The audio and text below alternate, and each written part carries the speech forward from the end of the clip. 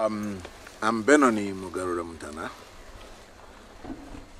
By God's grace, a minister in his church who recently got my time to retire and come to this property in Wakiso district of Uganda.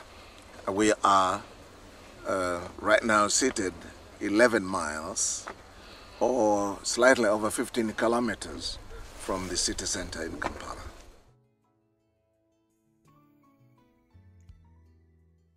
We got this property in a way that was very, very interesting. My wife Joy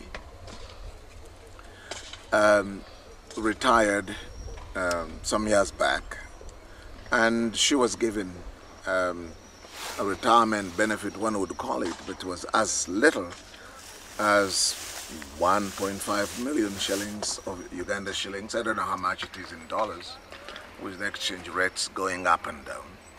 But we wondered what we would do with such money, and we were moving around this area, and somebody told us they were selling this spot. 3 acres of land for 500,000 each, so the 1.5 million or 1,500,000 would buy the 3 acres of land. And that's how we got this place.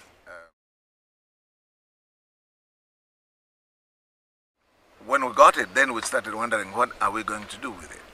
Of course, the original plan was to grow vegetables and food, with the shortage of food in Kampala at that time. But the time went by, and when it reached going to retirement, then we started asking the Lord, what would you like us to do with the piece of land that we have in Wakiso? And at one of the conferences, the Lord revealed to Joy the vision of the Joy Center, which is a place where the leaders would come.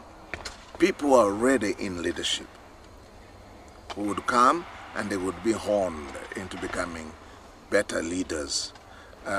Having worked in the university setting, we have had an experience of many people leaving university, and they've been given responsibilities and they do not know how to do it. So the Joy Center became for us a point that they would come, and then we would hone them back into their work. For those who do not know Uganda very well, it is important for us to know that we have gone through 2 major difficulties. One is the wars. For almost 20 years we were in wars. One government throwing out another government, and another government throwing out another government. And with that overthrowing of a government, leaders get killed. So we end up losing so many experienced leaders. Second thing is HIV/AIDS. With HIV/AIDS, and then all the older generations almost dying away, there's somewhere in the middle, in the 50s to 30s, dying off for many years. And so we have Uganda, which is very young indeed. The recent population suggest, estimates suggest that when you take the population at 15, you have 51%. 51% of the population of Uganda. When you go to 18, you have over 70% of the population of Uganda. So when you graduate from university, therefore, you are already a leader. You are one of the adults. And these are the kind of group that we hope we would concentrate on as we get the facilities going.